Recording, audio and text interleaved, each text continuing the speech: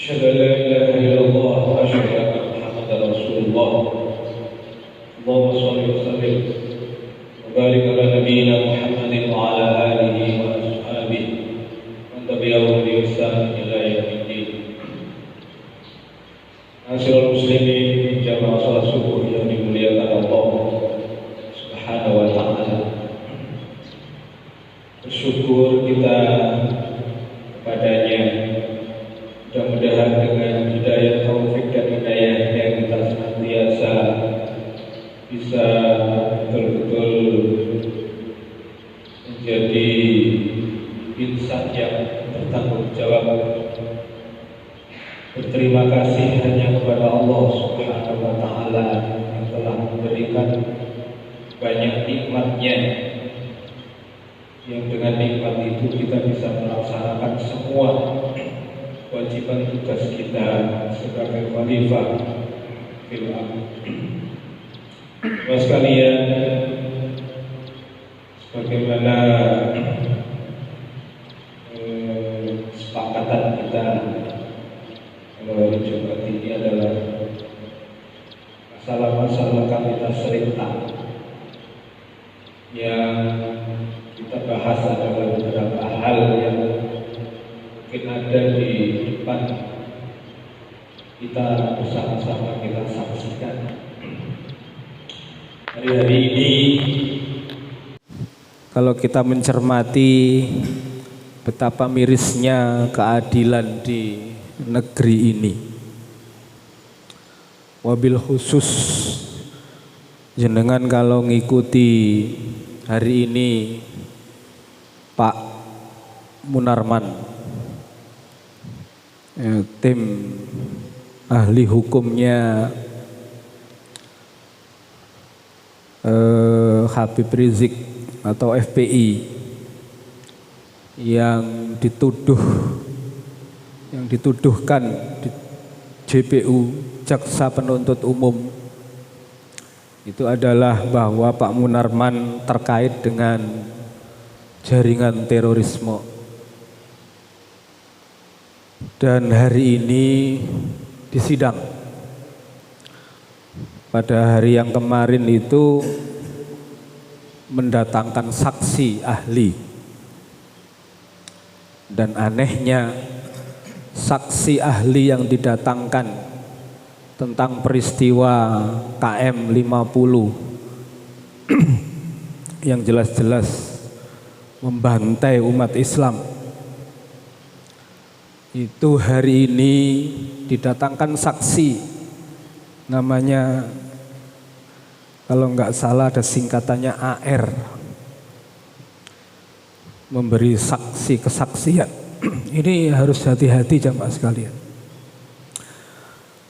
Allah Subhanahu wa taala berfirman kaitannya dengan saksi ini,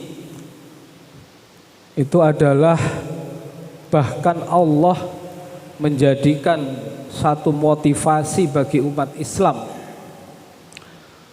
Di dalam surat Al-Baqarah ayat 143, wa kadzalika ja'alnakum ummatan wasatal litakunu syuhada 'alan nas wa yakunar rasulu 'alaikum syahida. Satu kaitannya dengan umat yang satu dikaitkan oleh Allah Subhanahu wa taala terhadap utusannya. Jadi umat Muhammad ini disebut oleh Allah Subhanahu wa taala sebagai ummatan wasata, umat yang tengah. Litakunu syuhada'a 'alan nas, agar kemudian umat yang tengah, umat Muhammad ini betul-betul nanti menjadi saksi terhadap seluruh umat manusia yang pernah ada di muka bumi ini ketika kelak menghadap hisab Allah atau peradilan Allah Subhanahu wa taala. Wa yakunar rasulu 'alaikum syahida, dan Muhammad juga dijadikan oleh Allah Subhanahu wa taala utusannya menjadi saksi Jadi tadi kaitannya umat ini dijadikan saksi, Rasulullah Muhammad SAW juga dijadikan saksi. Berarti kata-kata saksi ini adalah betul-betul kata-kata yang betul-betul harus bertanggung jawab dengan penuh, tidak hanya kepada kaitannya dengan sesama manusia, tetapi pertanggungjawabannya nanti di hadapan Allah Subhanahu wa ta'ala. Kaitannya saya tadi mengambil masalahnya Pak Munarman. Saksi yang dulu pernah didatangkan itu adalah sekarang bersaksi dusta. Tidak seperti yang diucapkan ketika dulu didatangkan pertama kali ketika peristiwa KM 50. Padahal apa? Hadirin sekalian, tuntutannya terhadap Pak Munarman, JPU ini menuntut hukuman mati. Lah kalau saksinya kemudian ingkar, keterangan yang diberikan sekarang dengan yang dulu berbeda, ini bahaya sekali. Karena tuntutannya hukuman mati. Bagi Pak Munarman tidak ada masalah. Ya. Bagi Pak Munarman tidak ada masalah. Tuntutan hukuman mati itu malah yang ditunggu-tunggu. Karena mati syahid itu menjadi cita-citanya. Tetapi yang disayangkan Pak Munarman ini adalah kesaksian saksi ini yang berbeda. Kalau orang sudah tidak punya iman, tidak punya kepercayaan terhadap yaumil akhir, tidak punya kepercayaan terhadap nanti akan bertemu kepada Allah Subhanahu wa ta'ala, kemudian dijadikan saksi, ya begini nih jadinya. Antara keterangan yang awal dengan keterangan yang sekarang ini berbeda. Ini betul-betul jamaah sekalian, bahwa tadi itu syuhada, saksi ini harus betul-betul orang yang jujur, orang yang betul-betul amanah. Apalagi kaitannya dengan rekayasa peradilan. Di dalam sebuah negara yang penguasanya hari ini itu adalah penguasa-penguasa zalim.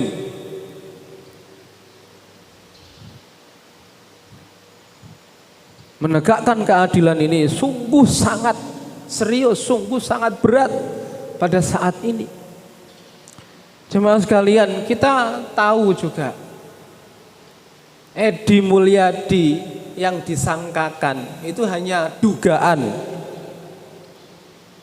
bahwa membuat fitnah terhadap orang-orang Kalimantan, terhadap kaitannya dengan suku di Kalimantan, kaitannya dengan IKN, ibu kota negara yang baru. Itu langsung diproses oleh peradilan. Tetapi Arteria Dahlan yang memfitnah orang Banten, tidak ada masalah. Enak-enak saja tidak diproses laporannya. Inilah negeri ini keadilan sangat disepelekan. Jadi jemaah sekalian, saya kembali. Jadi tentang saksi ini, kalau di dalam surat Al-Baqarah ayat 282, keterangan saksi itu adalah keterangan yang betul-betul dibutuhkan. Dengan hutang piutang aja kita harus ada saksi yang jujur. Dengan sumpah penuduhan zina itu juga harus ada saksi, kalau laki-laki 2 orang, kalau perempuan 4 orang, dan disumpah. Jadi di dalam Islam betul-betul pentingnya saksi ini harus betul-betul orang yang amanah, yang jujur. Kalau kemudian saksi ini kemudian tidak jujur, maka ujung-ujungnya nanti tujuan perkaranya akan bereset, akan tidak seperti tujuan yang utama. kaitannya dengan tadi Pak Munarman.